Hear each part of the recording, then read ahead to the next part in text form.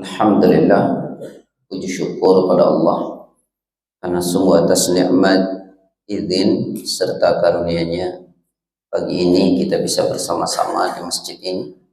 Mudah-mudahan bersama kita di masjid ini kelak Allah membersamakan kita di surganya. Salawat dan salam semoga senantiasa tercurah kepada Rasulullah sallallahu alaihi wasallam, pada keluarganya, sahabat-sahabatnya, pengikut-pengikutnya, dan tentu kita semua yang mengikutinya. Bapak Ibu yang dirahmati oleh Allah, temanya apa? Maudhu' lain. Temanya apa? Ada temanya nggak, Pak? Ada temanya nggak? Nggak ada temanya. Baik. Jadi gini, kalau Nabi datang ke sebuah tempat, Nabi tahu apa yang harus disampaikan karena diberitahu Allah. Kalau Ustadz nggak ngerti apa yang menjadi kebutuhan, nanti ghairu wad'u syai'in fi mahallih, tidak menempatkan sesuatu pada tempat yang pas. Karena nggak ada temanya, berarti tema yang sifatnya umum saja lah ya. Yuk kita belajar yang semua orang pasti alami, yaitu cobaan hidup. Semua pasti mengalami ini kan ya, nggak ada orang yang tidak dicoba kan. Baik, saya tidak tahu, mungkin di sini banyak orang yang tidak diuji oleh Allah ya. Baik, Bapak Ibu, Ayah Bunda sekalian, saya coba ingin menyampaikan bagaimana persepsi agama atau Al-Quran was Sunnah dengan pemahaman ulama tentang apa itu cobaan. Kita itu selalu memandang cobaan itu mesti sesuatu yang tidak enak. Ya. Itu selalu tuh mindset kita begitu. Kalau tidak enak, ya cobaan. Padahal menurut Al-Quran, cobaan itu ada dua macam. Ada yang enak, ada yang tidak. Hujjahnya Al-Quran surat ke-7 ayat 168. Allah berfirman begini. Wa balawnahum bil hasanati was sayyiati la'allahum yarji'un. Wa balawnahum, dan kami uji mereka manusia. Dengan apa? Bil hasanat, dengan yang baik-baik. Sehat, uang banyak, bahagia, sesuatu yang diinginkan diraih. Itu ternyata cobaan. Wasayyiat, dan yang jelek-jelek. Sakit, apa yang diinginkan tak bisa diraih, uang kurang, itu juga cobaan. Tapi Allah memberikan kebaikan sebagai cobaan, sesuatu yang tidak enak sebagai cobaan, la'allahum yarji'un, agar mereka mau kembali. Jadi yuk pahami bahwa yang namanya cobaan itu tidak selalu sesuatu yang tidak enak. Yang enak juga cobaan. Baik, kita beri contoh masing-masing dari cobaan yang enak. Saya selalu memberi contoh bukan soal kehidupan, tapi contoh itu dari Al-Quran, juga dari Sunnah, dan bagaimana ulama berbicara. Kita lihat cobaan yang enak misalnya. Pertanyaan saya sederhana. Bapak Ibu dulu belum punya pasangan, ingin punya pasangan atau tidak? Pengen ya Pak ya? Tanya nih, Pak rekam. Antum udah punya istri belum? Berapa? Nah, ini pertanyaan normal ya Pak. Ya, kalau di Saudi itu pertanyaan normal ya Pak. Di Indonesia agak mengagetkan gitu ya. Tayyip, Anda tanya, Antum sudah punya istri? Sebelum punya istri pengen banget nggak? Iya, sekarang sudah punya istri, istrinya jadi cobaan apa enggak? Terus istrinya teriak di belakang, bukan istri yang cobaan, suami cobaan kami Pak Ustaz. Ya. Jadi sesuatu yang kita harapkan ternyata jadi cobaan. Pertanyaan kedua, sudah menikah belum punya keturunan, pengen punya keturunan. Keturunan dikasih oleh Allah jadi cobaan enggak? Iya. Enggak punya uang, pengen punya uang. Sudah punya uang, uangnya jadi cobaan. Kata siapa Ustaz? Kata Al-Quran. Surat At-Taghabun, surat 64. Ayat ke-14 dan 15. Allah berfirman begini.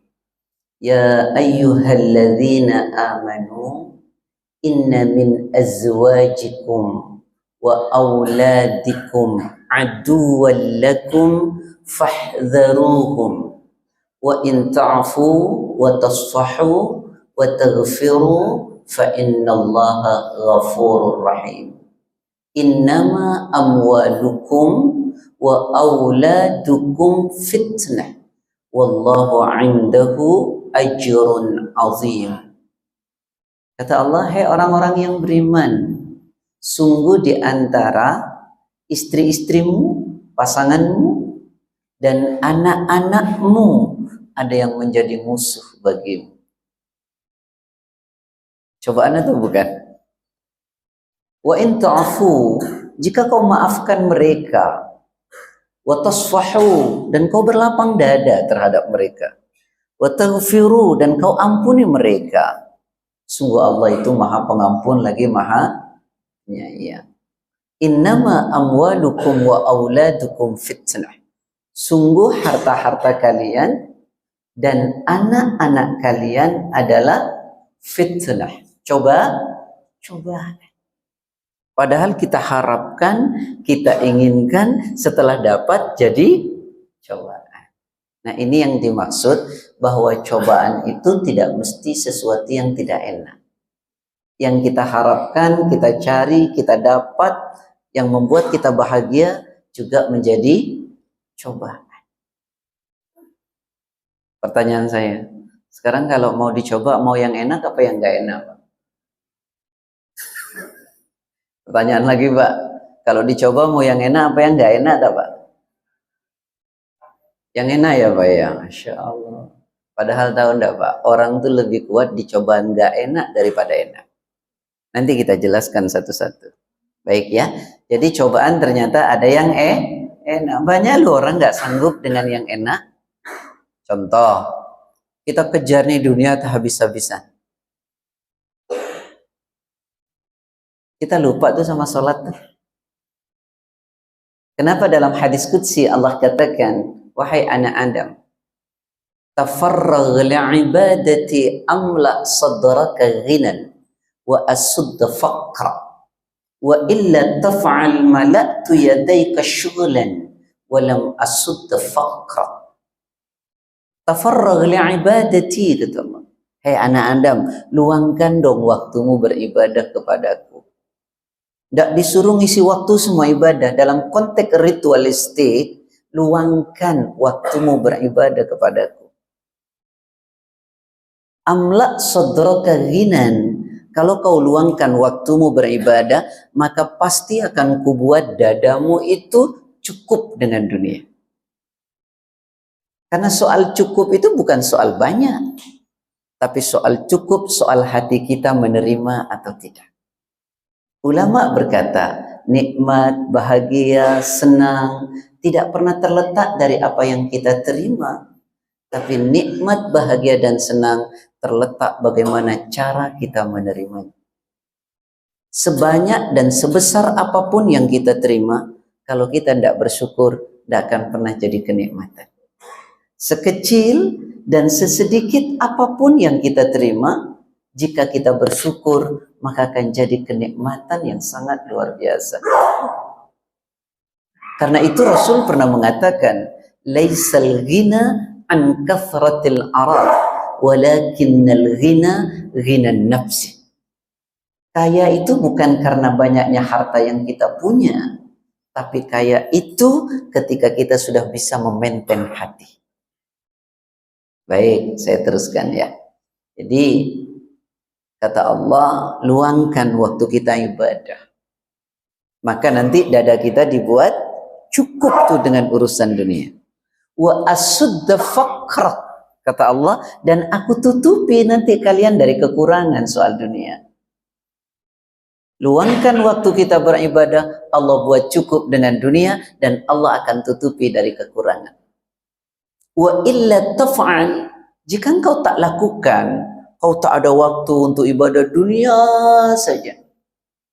Mala'tu yadaika syughlan. Kata Allah, makin ku buat engkau sibuk dengan urusan dunia. Konyolnya apa?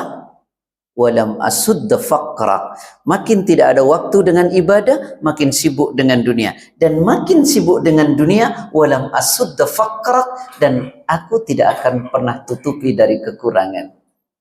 Jadi makin orang jauh dari ibadah, makin sibuk dengan dunia, makin sibuk dengan dunia, makin nggak pernah cukup. Itu manusia. Jadi kalau sudah dijelasin begini, ujiannya mau yang enak apa yang nggak enak, Pak? Tetap aja yang enak. Ya Allah, itulah manusia, Pak.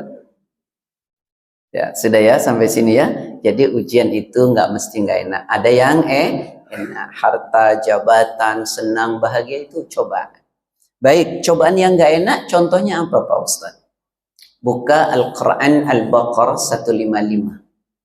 وَلَنَبْلُوَنَّكُمْ بِشَيْءٍ مِّنَ الْخَوْفِ وَالْجُوعِ وَنَقْصٍ مِّنَ الْأَمْوَالِ وَالْأَنْفُسِ وَالثَّمَرَاتِ وَبَشِّرِ الصَّابِرِينَ الَّذِينَ إِذَا أَصَابَتْهُمْ مُصِيبَةٌ قَالُوا إِنَّا لِلَّهِ وَإِنَّا إِلَيْهِ رَاجِعُونَ. Dan pasti, kata Allah, dan pasti kami akan uji manusia. Dengan apa? Dengan sedikit ketakutan, kelaparan, dan seterusnya. Pertanyaan lagi, Pak. Saya senang ngajar tuh nanya, Pak, biar nggak ngantuk. Pak. Ujian yang Allah kasih yang nggak enak itu banyak atau sedikit?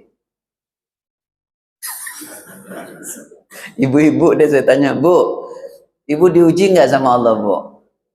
Banyak apa dikit? Oh, ibu-ibu selalu bilangnya banyak gitu.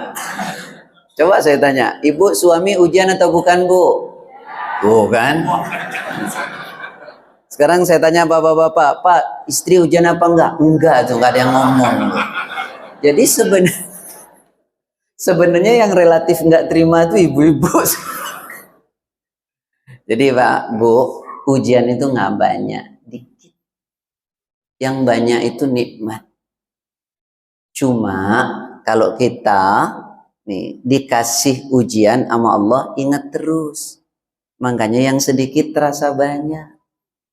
Nikmat banyak dikasih oleh Allah, tapi kita suka lupa. Makanya yang banyak jadi terasa sedikit. Ya sudahlah, kita teruskan dulu ya. Jadi ujian tidak enak itu ya sakit, kurang harta, lapar, sesuatu yang diinginkan tidak dapat. Itu namanya ujian. Baik, nanti akan saya jelaskan bagaimana cara ngadepin ujian yang nggak enak. Tapi kita jelaskan dulu. Yuk kita rumuskan ujian itu ada yang enak, ada yang tidak enak. Nah, bagaimana manusia ini secara garis besar bersikap terhadap ujian enak dan tidak enak? Menurut Al-Quran was Sunnah. Saya ulangi, bagaimana orang bersikap ketika diuji enak dan tidak enak? Saya mulai dari yang paling rendah, Pak. Jadi manusia itu kalau dikasih enak sama tidak enak, reaksinya bagaimana? Pertama, buka Quran surat 17 ayat 83. Surat 17 itu Al-Isra. Allah bilang begini. Wa idza an'amna 'alal insani a'rada wa na'a bi janibi. Wa idza massahu syarru kana ya'usa. Wa idza, dan ketika an'amna, kami anugerahkan kenikmatan, sehat, jabatan, uang banyak, bahagia, apa kecenderungannya? A'rada. Apa a'rada? Berpaling. Manusia itu kalau dikasih senang terus, Pak, suka lupa, berpaling. Itu kecenderungan manusia. Ayo, siapa tadi yang milih mau ujian yang enak? Berpaling saja? Enggak tuh. Wa na'a bijanibi, menjauh dengan sombong. Coba tanya deh, kamu hebat ya, masih muda, sukses, karirmu bagus. Jawabannya apa, Pak? Usaha, peras keringat, banting tulang, pala jadi kaki, kaki jadi pala. Jalannya aja tuh balik dia. Iya kan? Sombong manusia. Saya tanya, sepanjang sejarah, adakah manusia yang secara finansial lebih hebat daripada Nabi Sulaiman? Nabi Sulaiman tuh kerajaannya luas atau enggak, Pak? Luas. Istrinya cantik kan enggak? Enggak. Istri Nabi Sulaiman enggak cantik, tapi cuantik, Pak. Itu isim tafdil namanya itu. Jadi kekayaan apa? Kerajaannya luas, istrinya cantik, bisa bicara dengan binatang, bala tentaranya. Coba bayangkan. Nggak ada orang yang lebih hebat dari Nabi Sulaiman. Tapi ketika Nabi Sulaiman ditanya, wahai Sulaiman, dari mana kau dapatkan? Dia sandarkan kepada dirinya? Tidak. Beliau katakan, hadza min fadli Rabbi. Ini semua anugerah Rabb. Ini semua dari Allah. Tapi kalau kita ditanya, kamu hebat, usaha. Dibalikan kepada siapa? Dirinya. Nabi Sulaiman dikembalikan kepada Allah. Sehebat apapun usaha kita, sebanyak apapun keringat yang kita keluarkan dan tenaga kita, kalau Allah tidak kasih, nggak dapat. Karena tak ada pemberi kecuali Allah. Jadi kembalikan saja kepada Allah. Ini manusia itu kalau dikasih nikmat, apa tadi? Berpaling dan menjauh dengan sombong. Kalau kasih nikmat terus. Kayak gitu. Wa idza massahu syarru, dan ketika dia ditimpa asyar, sesuatu yang enggak enak, apa yang terjadi? Kana ya usah, putus asa. Dikasih senang lari dari Allah, dikasih susah jauh dari, terus mau jadi apa? Ini paling buruk atau tidak? Ada enggak yang kayak gitu? Di sini? Nggak ada, lagi ngaji. Oh, lagi ngaji itu ingat Allah semua ya. Tapi kita suka tuduh-tuduh, kita enggak Pak Ustadz, tapi di luar ada gitu. Loh, kok nuduh orang gitu loh. Ini ada anu Pak, pertanyaannya. Ustadz ngayak mulu ya. Di Saudi itu ada syekh ngajar. Syekh itu bilang begini. Tanya sama jemaahnya, ada orang akhlaknya baik, Bang. Akhlaknya baik, Bang. Tapi ibadahnya kurang baik. Yang satu ibadahnya baik banget, tapi akhlaknya kurang baik. Saya tanya kepada jemaahnya, mana yang lebih baik? Kalau saya tanya sama Bapak Ibu, mana yang lebih baik, Pak? Nggak bisa jawab itu. Yang satu ibadahnya bagus, akhlaknya kurang bagus. Yang satu akhlaknya bagus, ibadahnya kurang bagus. Mana yang lebih bagus? Ternyata kata saya, dua-duanya bagus. Kenapa? Mudah-mudahan yang ibadahnya bagus, akhlaknya kurang bagus. Karena ibadah bagus, akhlaknya jadi ikut bagus. Mudah-mudahan yang akhlaknya bagus, ibadahnya kurang bagus. Dengan akhlak yang bagus, ibadahnya juga ikut bagus. Pertanyaan keduanya, mana yang lebih jelek? Yang iso pulang ya Pak. Coba mana yang lebih jelek?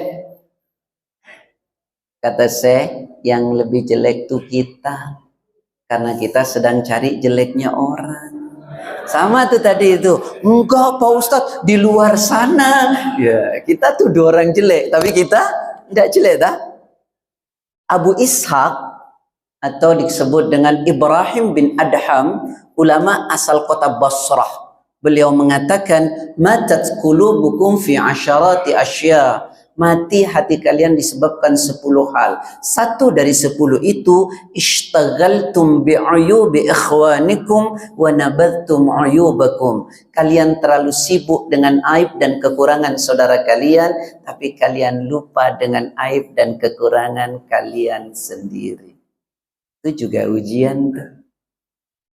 Dan lihat orang gitu kita bilang sombong amat tuh orang. Ya, suka gitu kan? Kalau kata Pak Mandra gimana? Nah, itu dia tuh. Coba-coba gimana tuh? Masya Allah. Itu redaksinya sama, lahjanya beda itu. Kan kita suka bilang sombong amat tuh orang. Pertanyaannya sederhana. Itu orang sombong bener atau hati kita yang hasad? Ya udah. Yuk kembali. Jadi orang kalau diuji enak, yang paling jelek lari dari Allah, dikasih susah lari dari Allah. Sekarang yang kedua, ini lebih bagus dikit. Quran surat 41 ayat 51. Nama suratnya Fussilat. Allah berfirman begini. Wa idza an'amna 'alal insani a'rada wa na'a bi janibi. Wa idza massahu syarru fadu du'ain 'arid. Dan ketika kami anugerahkan kenikmatan kepada manusia, berpaling dan menjauh dengan sombong. Sama tuh, kalau dikasih enak kecenderungannya jauh dari Allah. Jangankan ngaji, sholat aja kadang-kadang enggak. Kalau dikasih nikmat terus. Wa idza massahu syarru, dan ketika kami timpakan sesuatu yang enggak enak, cobaan ujian enggak enak, fadu du'ain arid, dia doanya panjang banget. Betul enggak, Pak? Nah, itu lebih baik. Kalau dikasih susah lari dari Allah, dikasih senang lari dari Allah, kalau dikasih susah baru cari Allah. Betul apa enggak? Nih pertanyaan saya, Bu, mana lebih khusyuk sholatnya? Lagi seneng apa lagi susah? Kalau gitu minta susah terus aja. Kan lucu kita ini kan. Sekarang nih tak kasih contoh. Ayah yang sama dengan saya jenggotan ya. Cuman jenggotnya saya masih ada dunia hitamnya. Beliau sudah meninggalkan dunia hitam karena sudah putih semua. Ya, ayah kasih uang saya misalnya. Ustaz, saya kasih uang 10.000. Apa yang saya bilang? Makasih. Terus saya ingat terus nggak sama beliau? Iya. Terus saya mendekat nggak sama beliau? Iya, karena beliau kasih saya. Ini lucu loh kita. Allah kasih nikmat malah kita lari dari Allah. Kenapa nggak makasih? Kenapa nggak ingat Allah terus? Kenapa nggak mendekat? Padahal kita tahu saat kita dikasih, ingat mendekat, maka nikmat akan ditambah. Tapi kalau Anda lupa, azab Allah pedih. Kita tahu betul itu. Tapi unik manusia. Kalau dikasih senang lari dari Allah, dikasih susah baru cari. Siapa itu? Coba bilang kita gitu loh. Ya betul enggak Pak? Nangis kok kita kalau dikasih nikmat, dikasih susah sama Allah, tapi kalau dikasih nikmat lupa. Itulah manusia. Karena itu Allah kasih guidance Al-Quran dan Sunnah sebagai panduan agar kita tidak seperti itu. Jadi jangan bilang kalau gitu fitrah dong Ustadz, manusia gitu. Oh enggak, Allah kasih panduan. Al-Quran was Sunnah dipahami oleh ulama, dikonstruksi menjadi kitab-kitab yang banyak itu. Sudah, ya, kelar sudah ya. Nah, sekarang yang terbaik kayak mana Ustaz? Kan tadi yang paling jelek dikasih seneng lari dari Allah, dikasih susah lari juga. Yang kedua dikasih seneng lari dari Allah, dikasih susah baru cari Allah. Seharusnya gimana Muslim itu? Seharusnya gini. Ada kitab Riyadhus Shalihin di rumah? Catat hadis nomor 27. Babnya bab sabar. Sanadnya dari Abi Yahya Suhaib ibn Sinan radhiyallahu anhu qala Rasulullah sallallahu alaihi wasallam ajaban li amril mu'min inna amrahu kullahu lahu khair. وَلَيْسَ ذَلِكَ لِأَحَدٍ إِلَّا لِلْمُؤْمِنِ إِنْ أَصَابَتْهُ السَّرَّاءُ شَكَرَ فَكَانَ خَيْرًا لَهُ وَإِنْ أَصَابَتْهُ الضَّرَّاءُ صَبَرَ فَكَانَ خَيْرًا لَهُ. Ini yang paling keren. Apa kata Rasul? Ajaban li amril mu'min. Sungguh mengagumkan, menakjubkan urusan orang beriman itu. Kata Nabi, orang beriman tuh keren. Orang beriman itu menakjubkan. Kenapa? Inna amrohu kullahu lahu khair. Karena orang beriman, setiap urusan apapun yang terjadi pada dirinya, selalu dia anggap baik. Mau enak, mau nggak enak, dia anggap baik. Walaysa dzalika li ahadin illa lil mu'min. Yang demikian itu nggak mungkin dimiliki oleh siapapun kecuali oleh orang yang beriman dengan benar. Kita nggak bisa tuh bicara begini, nanti kalau saya diuji gini, saya akan anggap baik. Nggak bisa. Nggak bisa. Karena itu tidak bisa dipaksa. Itu adalah reaksi otomatis dari keimanan kita. Kalau iman kita benar, maka dengan sendirinya kita akan menganggap baik apapun yang terjadi pada diri. Nggak bisa dipaksa. Lalu kata Nabi, kalau orang beriman benar itu dikasih nikmat, dia bersyukur dan itu baik baginya. Orang yang beriman dengan benar itu, kalau dikasih yang nggak enak, dia sabar dan itu baik baginya. Tuh, Pak. Sudah? Jadi ada berapa reaksi orang dikasih ujian enak dan tidak enak? Ada tiga. Yang paling jelek dikasih enak lari, dikasih susah lari dari Allah. Yang kedua dikasih senang lari dari Allah, dikasih susah baru cari Allah. Yang ketiga mau senang mau tidak senang dia dekat dengan Allah. Mudah-mudahan kita termasuk yang ketiga. Kalau amin itu berarti belum. Ya kan baru amin kan. Kalau alhamdulillah berarti sudah. Jadi gimana nih? Udah apa belum? Kalau bilang sudah teh sombong ya. Baik, nggak ada yang benar. Saya teruskan, Pak. Spesifikasi, yuk kita bicara gimana ngadepin ujian yang nggak enak. Ini yang paling penting. Gimana kalau saya diuji yang nggak enak? Gimana cara ngadepinnya? Quran kasih guidance, hadis kasih guidance. Lengkap, Pak, cara kita ngadepin. Nah, satu hal yang ingin saya sampaikan, Bapak Ibu, ujian nggak enak itu selama kita hidup di dunia pasti ada. Gak mungkin gak ada. Saya ulangi, selama kita hidup di dunia, ujian gak enak itu pasti ada. Gak ada orang hidupnya enak terus. Saya kasih contoh, menurut saya orang yang paling bahagia. Menurut saya, ayah yang senderan. Ya, pernah diuji gak enak gak? Pernah kan? Tuh, padahal menurut saya orang yang paling bahagia. Masih diuji yang enggak enak. Karena itu pasti ada. Karena itulah Rasul mengatakan, nanti kalau punya kitab Riyadhus Shalihin, hadis nomor 577, sanadnya dari Ibnu Mas'ud, babnya dzikrul maut wa qasrul amal. Kata Rasul begini. Nih yang menuturkan Ibnu Mas'ud. Khattan Nabi khattan murabba'an wa khatta khattan fil wasati kharijan minhu. وخط خطاطا صغارا في الوسط من جانبه الذي في الوسط فقال هذا الإنسان وهذا أجله محيطا به أو قد أحاط به وهو خارج أمله وهذه الخطاط الصغار الأعراض فإن أخطوا هذا نحشه هذا وإن أخطوا هذا نحشه هذا رواه بخاري. Hadis ini sahih. Ada di dalam kitab Riyadhus Shalihin, bab dzikrul maut wa qasrul amal. Penulisnya Imam Nawawi. Imam Nawawi itu yang terkenal ada berapa, Pak? Ada dua ya. Imam Nawawi Ad-Dimsyiki asal Damaskus, penulis kitab Riyadhus Shalihin, Arba'in dan seterusnya. Ada Imam Nawawi yang disebut Syekh Nawawi dari Banten, wafat di Saudi, penulis kitab Al-Idah, Nasaihul Ibad, banyak kitab. Baik, ana sampaikan tadi, kata Ibnu Mas'ud, khattan Nabi khattan murabba. Satu ketika Nabi membuat garis-garisnya bentuknya persegi 4. Kebayang atau tidak? Persegi 4, panjang. Syuf, mungkin seperti handphone nih, persegi 4-nya.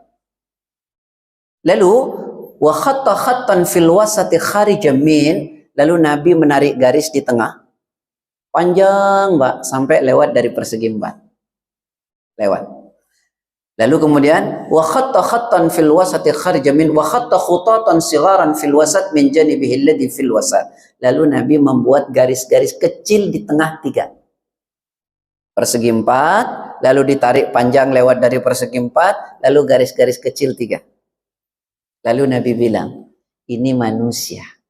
Sambil nunjuk di tengah persegi 4. Dan persegi 4 ini kata Nabi adalah kematian.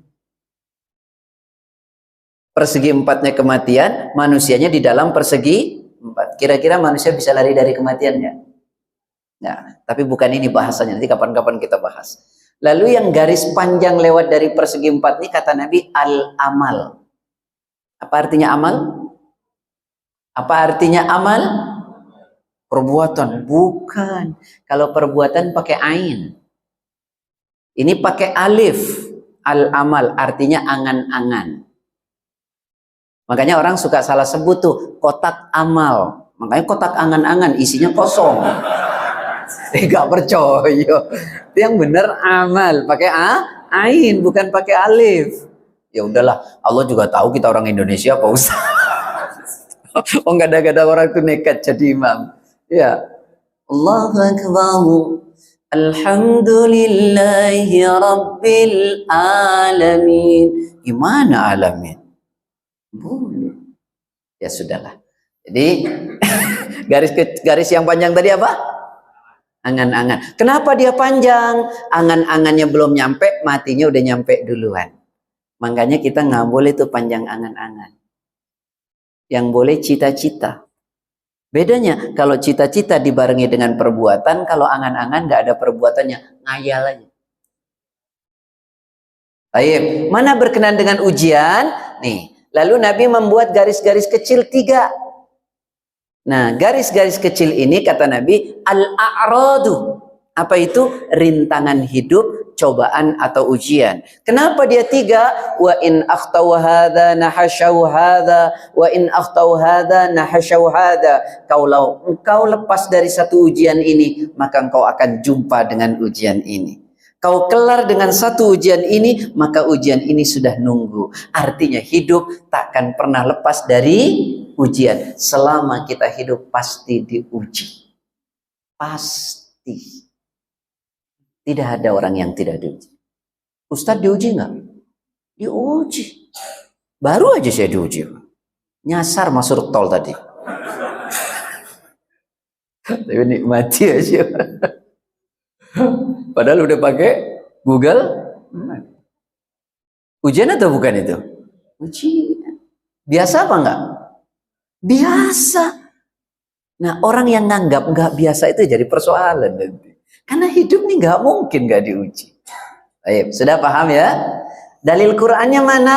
Surat Al-Muluk ayat 2. Alladzi khalaqal mauta wal hayata liyabluwakum ayyukum ahsanu amala.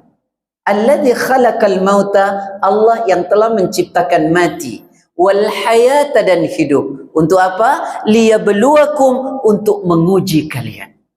Hidup ini adalah tempatnya ujian. Sama dengan orang sekolah. Orang kalau sekolah mesti ada ujian. Nggak mau diuji jangan sekolah. Hidup ini tempatnya ujian. Gak mungkin dalam hidup tidak diuji. Kalau gak mau diuji jangan. Saya ulangi nih. Loh, pertanyaan. Hidup ini tempatnya ujian. Gak mau diuji jangan. Berarti apa itu? Dia pikir mati gak ada ujiannya. Kan ada orang, gua udah nggak kuat, gua pengen mati aja, sono mati.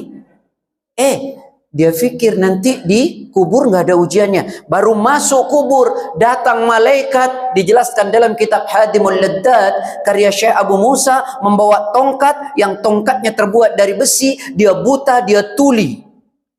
Kalau tongkat itu dipukulkan kepada gunung, maka gunung akan menjadi debu. Lalu dipukulkan di antara kedua telinganya, orang fasik, munafik, dan kafir.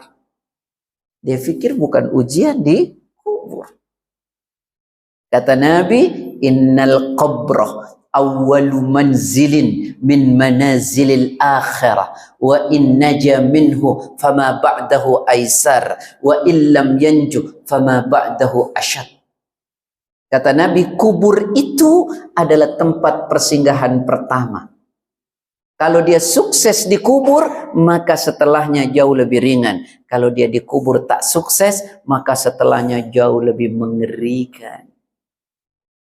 Kata sahabat, wa sami'tu Rasulullah sallallahu alaihi wasallam yaqul, ma ra'aitu mandaran qatu afdha min. Saya tidak pernah melihat satu pemandangan, kata Nabi, yang lebih mengerikan daripada siksa kubur. Bayangkan Pak, dia menyempit, remuk tulangnya, melanggar lagi, menyempit lagi sampai datangnya hari kiamat. Dan dia dililit oleh 99 tinin. Tanya sahabat, apa itu tinin? Satu tinin itu 10 ular, masing-masing ular berkepala 7. Jadi ujian nggak dikubur. Hidup adalah ujian. Nggak mau diuji, jangan hidup. Mati aja. Lebih perah ujinya Pak. Jadi namanya hidup ini nggak pernah lepas dari uji. Terus orang bilang makin tinggi iman seseorang, ujiannya makin. Saya ulangi, makin tinggi iman seseorang, ujiannya makin berat. Akhirnya bapak ngajak temennya, ngaji yuk, subuh yuk. Kagak. Kok enggak? Gue kayak gini aja ujian gue udah banyak. Apalagi ikut ngaji, ini kan kacau nih. Karena orang salah paham. Betul, ada seorang sahabat tanya kepada Nabi, ayyun nasi asyaddu bala'an ya Rasulullah, siapa manusia yang paling besar cobaannya? Qala, Nabi mengatakan, al-anbiya, para nabi, thumma al-amsal fal-amsal, yaitu yang mengikuti seumpama dengan nabi, seumpama dengan nabi. Betul, makin tinggi iman seseorang, ujiannya makin berat. Analoginya, pohon makin tinggi, anginnya makin kencang. Kalau dia pendek, anginnya rendah. Persoalannya bukan pada anginnya, bukan pada ujiannya, dan bukan pada anginnya, tapi pada kekuatan akarnya. Kalau akarnya kuat, sekeras apapun tuh angin, tak akan merobohkan dia. Sekecil apapun itu angin, kalau akarnya tak kuat, dia roboh. Jadi bukan persoalan ujiannya. Kalau iman dia kuat, sehebat apapun tuh ujian, tak akan pernah menumbangkan ini orang. Sekecil apapun ujiannya, kalau imannya tak kuat, dia akan roboh. Saya sering menyampaikan, satu ujian yang sama menerpa dua orang berbeda dengan kapasitas iman dan ilmu berbeda akan menimbulkan reaksi berbeda. Sama-sama sakit Pak, sakitnya sama, yang satu punya iman, yang satu enggak, reaksinya beda. Yang enggak punya iman ngeluh, kenapa begini? Gua udah sholat kenapa begini? Seolah-olah hidup sudah selesai. Tapi yang punya iman, Allah uji saya, mungkin Allah punya maksud indah buat saya. Dalam ujian dia tersenyum. Apa kalau lihat orang senyum terus, bukan berarti dia nggak diuji Pak. Dia diuji, cuman dia tahu ngomongnya sama Allah aja. Nggak perlu orang tahu, karena yang kasih keluar jalannya Allah, bukan orang. Kalau sekarang kita diuji, jadi status tuh ujian. Ceritanya sama apa? Sama media. Ingat loh, Allah itu maha pencemburu. Makin banyak kita cerita kepada manusia, makin jauh pertolongan Allah. Kalau mau cerita sama Allah aja, ngomong sama Allah, jangan sama manusia. Baik, yuk gimana Ustadz cara ngadepin ujian Ustadz? Satu, ya, nih cara ngadepin ujian yang gak enak. Yang pertama, pahami kalau ujian itu takdir Allah. Ini dulu deh paham. Sekarang saya tanya, siapa yang bisa ngelawan takdirnya Allah? Nggak ada. Memang tidak semua takdir Allah itu sesuai dengan harapan dan keinginan kita. Tapi kita harus tahu bahwa takdir Allah itu yang terbaik buat kita. Saya ulangi. Tidak semua takdir Allah sesuai dengan harapan dan keinginan kita. Tapi kita harus tahu bahwa takdir Allah itu yang terbaik buat kita. Karena itu Allah ingatkan pada Al-Baqarah 216. Asa an takrahu syai'an wa huwa khairul lakum wa asa an tuhibbu syai'an wa huwa syarrul lakum wallahu ya'lamu wa antum la ta'lamun. Boleh jadi yang kau anggap tidak baik, jangan-jangan yang terbaik menurut Allah. Dan boleh jadi yang kau anggap terbaik, jangan-jangan enggak baik menurut Allah. Allah Maha mengetahui yang terbaik buat kita, sedang kita tidak pernah tahu yang terbaik buat kita. Biarkan skenario Allah. Yuk, pahami kalau ujian itu apa? Apa? Takdir Allah. Lihat dalilnya Quran surat 57 ayat 22 dan 23. Surat Al-Hadid. Allah Ta'ala berfirman begini. Sudah ketemu belum? Ma asaba min musibatin fil ardi wala fi anfusikum illa fi kitabin min qabli an nabra'aha inna dhalika 'ala Allah yasir likay la ta'saw 'ala ma fatakum wa la tafrahu bima atakum wallahu la yuhibbu kulla mukhtalin fakhur. Tidak ada satu musibah yang terjadi di muka bumi ini dan yang menimpa diri kalian kecuali seluruhnya sudah tercatat dalam kitab Allah di Lauhil Mahfuz sebelum diwujudkan. Sungguh yang demikian itu mudah.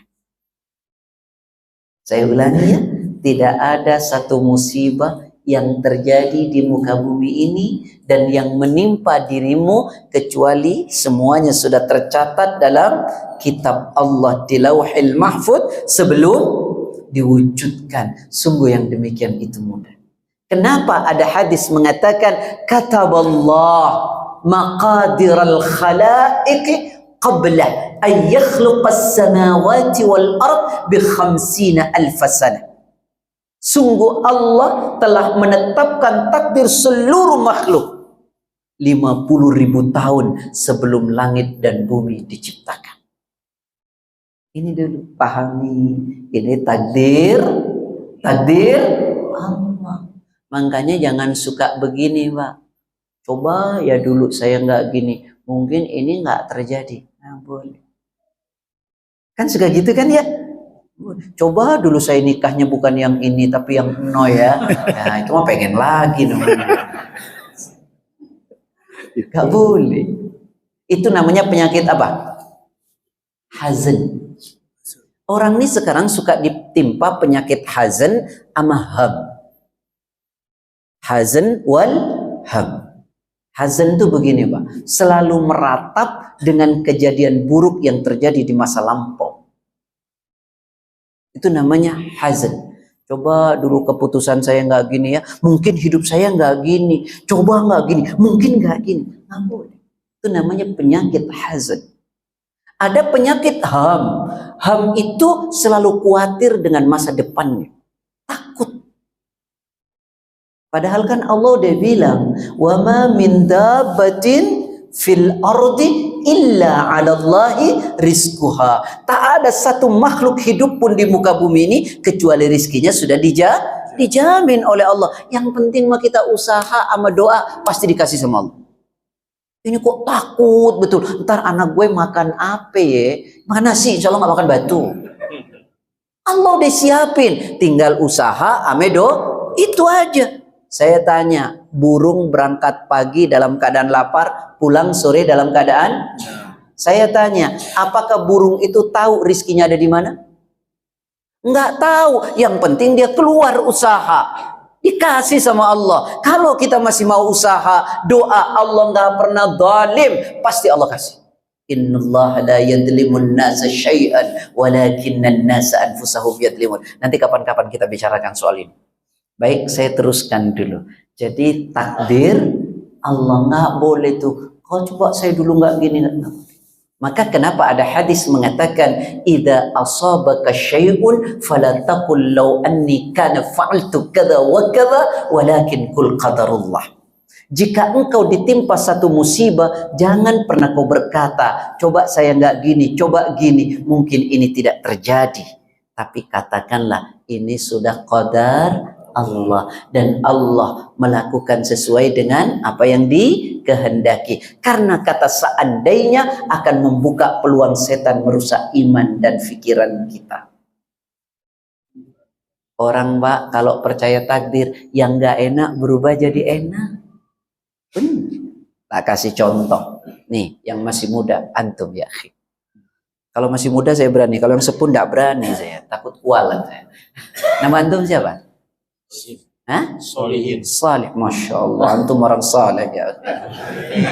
Yang jelas sudah namanya saleh kan? Masya Allah. Taib.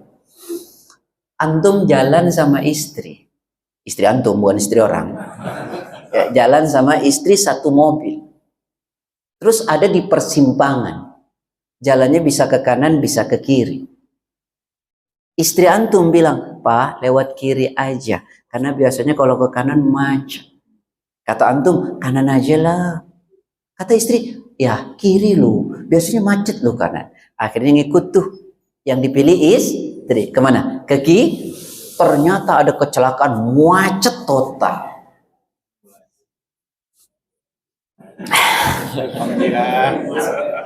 Istrinya bilang, nggak deh, kayak gini aja deh. Saya tanya, kira-kira apa yang antum ngomong?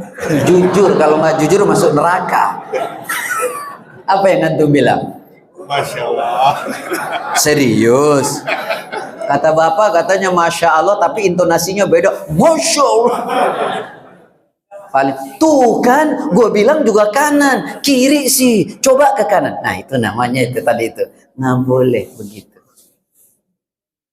Terus kalau antum paham takdir, yang nggak enak itu jadi enak. Kalau antum marah begitu, di mobil tambah nggak enak. Nyampainya lebih cepat apa lebih lama? Terasa lebih lama. Betul atau tidak? Tapi kalau antum memahami takdir dengan baik, dengan benar, terjiwai, lalu istri antum bilang, Pak maaf ya, ternyata ada kecelakaan. Antum akan bilang, Dek nggak usah begitu. Allah menakdirkan kita hari ini seperti ini. Mungkin Allah punya keinginan agar kita lebih lama berdua. Syuh. Kalau paham takdir. Adem bener. Adem banget Pak. Kalau paham takdir, gak paham. Udah cobaannya nggak hilang, imannya terkorbankan karena takdir dia tidak paham. Makanya kenapa dalam ayat 23-nya surat 57 Allah bilang agar engkau tidak terlalu bersedih dengan apa yang luput darimu dan engkau tidak terlalu senang dengan apa yang kau raih. Itu dulu ya. Jadi ngadepin ujian gak enak, yang pertama itu adalah takdir Allah. Sekarang yang keberapa? Yang kedua. Dua aja ya, ada 28 cara ngadepin. Ini serius. Dua aja, ini udah habis waktunya. Yang kedua, kalau kita diuji oleh Allah, nih pahami betul agar kita tetap ikhlas, ridho dan kuat. Pak, pada setiap ujian yang Allah berikan ada nilai indah yang Allah siapkan. Saya ulangi, setiap ujian yang Allah berikan ada hal indah yang sedang Allah siapkan. Cuma kadang-kadang kita nggak sabar nunggu indahnya itu. Kenapa Pak? Rabbana ma khalaqta hadza batila. Allah nggak pernah ciptakan sesuatu itu sia-sia. Pasti ada hikmah. Ala kulli hal hikmah. Setiap hal itu pasti ada hikmah. Cuman kita punya kecerdasan untuk menangkap hikmah itu atau tidak. Saya kasih contoh. Apa hikmahnya Ustaz? Buka Al-Quran Al-Baqarah 157. 155 Allah bicara tentang ujian. Ujungnya bicara tentang ngadepinnya. 156 bicara tentang ngadepinnya. 157 Allah beritahu. Ini loh hikmah ujian. Apa itu? Ulaika alaihim salawatum min rabbihim wa rahmah wa ulaika humul muhtadun. Orang yang diuji oleh Allah dan benar dia menghadapi ujian, kata Allah hadiah yang diberikan, mereka itulah orang-orang yang mendapatkan ampunan dari Allah. Pak, ujian itu proses penggugur dosa. Kalau kita sudah tahu setiap ujian yang Allah berikan kepada kita sebagai penggugur dosa, masa kita mau marah sama Allah? Contohnya, man marido lailatan fasabara wa radiya biha fakharaja min dunubi. Siapa orang sakit satu malam saja, lalu dia sabar dengan sakitnya, dia ridho dengan sakitnya, Allah akan mengeluarkan dosa-dosa darinya. Masya Allah. Jangankan begitu, capek, letih, gundah, sedih, itu semua penggugur dosa. Nih Bu, Ibu masak tuh di rumah ya, buat suami, buat anak. Capek, itu semua penggugur dosa. Bahkan ada hadis, ibu memasak di rumah untuk suami dan anaknya, lalu berkeringat, keringat yang jatuh itu akan menjadi parit, yang lebarnya parit itu selebar langit dan bumi, sebagai penghalang dia masuk neraka. Bu, makanya masak. Ini GoFood melulu. Yang nggak masuk neraka tukang GoFood. Bu ya, masaklah. Insya Allah. Ustaz, orang habis sedih ketawa dikocok. Ya sudah, saya teruskan ya. Jadi Bapak Ibu, bahwa cobaan itu sebagai penggugur dosa. Yang kedua, warahmah. Apa rahmah itu? Adalah cinta dan kasihnya Allah. Jadi ketika kita diuji oleh Allah, sebenarnya Allah sedang mendekap dan merangkul kita dengan cintanya. Contohnya gini, Mas. Kita punya anak. Anak kita usianya 5 tahun, lalu main listrik. Kita tegur apa enggak? Tegur apa enggak? Masih nakal. Kita apa, Pak? Marahin dikit ya. Pertanyaan saya, ketika kita negur anak saya dan ketika kita marah dengan anak kita tadi, apakah kita tidak sayang? Justru karena kita sayang, makanya kita tegur. Kalau kita nggak sayang, kita biarin mati sekalian. Jadi ketika Allah menegur kita dengan cobaan dan ujian, karena Allah cinta, karena Allah sayang sama kita. Kalau Allah nggak sayang, Allah biarkan. Betapa banyak orang yang diberi istidrat dengan kesenangan yang tidak pernah berhenti, dia jauh dari Allah. Betul atau tidak?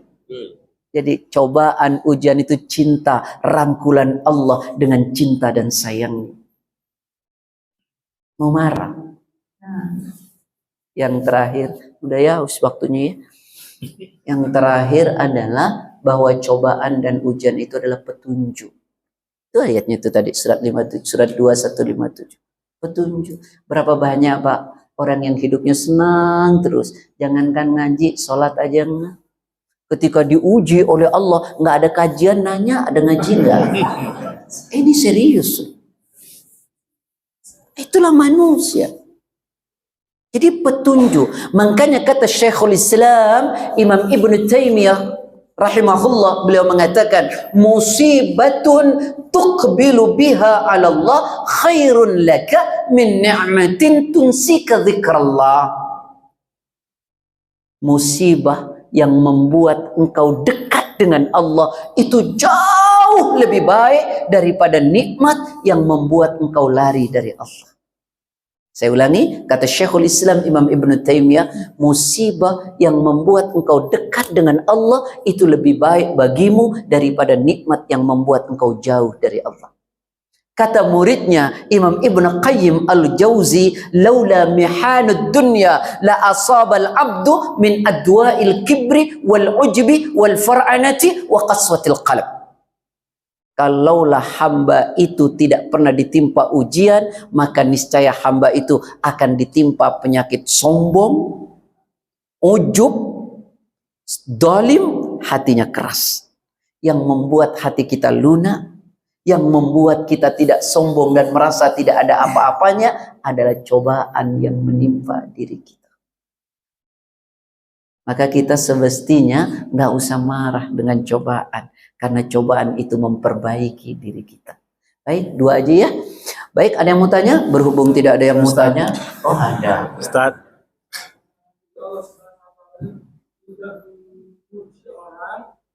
Sesuai kemampuannya. Dan ujian terberat para nabi. Saya tuh melihat saudara-saudara kita belajar Palestina. Berat sekali ujiannya Ustaz. Kehilangan segalanya, keluarga, rumah, ujiannya. Apa itu sesuai kemampuan Mereka juga dari Gaza. Ayo. Orang selalu memakai dalil la yukallifullahu nafsan. Itu bukan dalil ujian. Itu dalil hukum. Artinya Allah tidak memberikan beban hukum kepada kita kecuali sesuai dengan kesanggupan kita. Bukan soal ujian. Tapi kalau ditanya, apakah di Gaza itu sesuai dengan kesanggupannya? Coba Pak. Kalau tidak sesuai dengan kesanggupannya, nih, saya tanya. Pertama, andai kata kejadian itu terjadi di Eropa. Kayak gimana kira-kira? Banyak orang stres, Pak. Betul nggak? Nggak pernah berhenti loh itu. Terus menerus. Banyak orang gila. Kenapa? Nggak ada iman. Di Gaza, ada orang stres? Antum tahu, penyumbang para hafidh Al-Quran meninggal 10 orang, tumbuh 1000. Di mana? Di Gaza. Gaza. Jadi kita yang melihat seolah-olah mereka tak sanggup, yang menjalankan itu Masya Allah Pak, dengan beraninya, hanya dengan ya Allah, batu intifada, Allahu Akbar. Allah sudah sesuaikan. Iya, karena Allah nggak pernah zalim. Allah nggak pernah zalim. Cuman kita nontonnya seolah-olah tidak sanggup. Mereka sanggup. Mereka sambil dalam keadaan begitu itu ngafal Quran loh, anak-anak itu. Masya Allah. Kita hidupnya enak, nyaman. Berapa juz sudah Pak? Gitu ya. Insya Allah. Allah nggak pernah zalim. Cuman kadang-kadang kita melihatnya. Memang yang melihat itu lebih mengerikan. Ya, Insya Allah. Dulu Pak Antum tahu perang Khandaq, perang Parit. Antum tahu 20.000 orang bergabung antara Yahudi Madinah, Yahudi di luar Madinah, kafir di luar Madinah dan kafir Mekah. Lalu dikabarkan mereka akan menyerangmu, takutlah engkau kepada mereka, bukannya takut nambah imannya. Nah, ini yang sering saya tanya nih Pak. Coba kita semua mengaku kan kalau diuji kita kuat apa enggak? Enggak. Saya tanya, kuat apa enggak? Enggak. Kuat kalau ujiannya belum datang. Iya kan? Kalau ujiannya udah datang, belum tentu. Kalau nggak percaya, saya tanya satu, Bang, Pak, Antum. Boleh saya tanya ya Pak ya? Antum Pak, sudah punya istri? Sudah. Kira-kira ada kemauan menikah lagi nggak Pak? Nah, ini tanya pertanyaan jujur nih ya. Enggak kan Pak ya? Malah Ustadz, insya Allah enggak Pak Ustadz. Kalau ujiannya belum datang. Loh kalau tiba-tiba ada perempuan cantik, terus bilang, Pak, nikahin saya deh Pak. Saya nggak perlu uang Bapak, saya sudah ada. Kira-kira gimana Pak? Ya udah nggak usah dijawab. Nah itu loh. Kita ini ngerasa kuat kalau belum diuji. Karena itu Allah berfirman pada surat Al-Ankabut 29 ayat 2 dan 3. Ahasiban nasu ayyutraku ayyakulu amanna wahum la yuftanun walaqad fatanna alladhina min qablihim falaya'lamanna Allah alladhina sadaku walaya'lamanna al-kadhibin. Apakah manusia mengira cukup dibiarkan mengatakan saya telah beriman padahal belum diuji? Dan Allah telah menguji orang-orang terdahulu. Allah tahu siapa yang imannya betul, siapa yang dusta. Orang Gaza sudah terbukti imannya kuat. Menerpa diri kita belum tentu. Kenapa saya katakan belum tentu? Jangankan ngadepin itu. Uang ambil dari ATM 5 juta. Terus ada tromol untuk Gaza, cari 5.000. Ayo betul atau tidak? Kita kasihan. Tapi apa yang sudah kita lakukan? Kita nih sering berkata, kasihan betul tuh orangnya. Habis itu lewat aja terus kita Pak. Betul nggak? Naik motor kita. Ada tukang bakso ngedorong, ada polisi tidur. Susah dia. Kita cuma kasihan banget tuh orangnya. Kasihan doang. Nggak berhenti bantu. Itu penyakit hari ini. Kenapa itu terjadi? Panjang bahasanya. Semoga bermanfaat, benarnya dari Allah, salahnya dari saya. Assalamualaikum warahmatullahi wabarakatuh.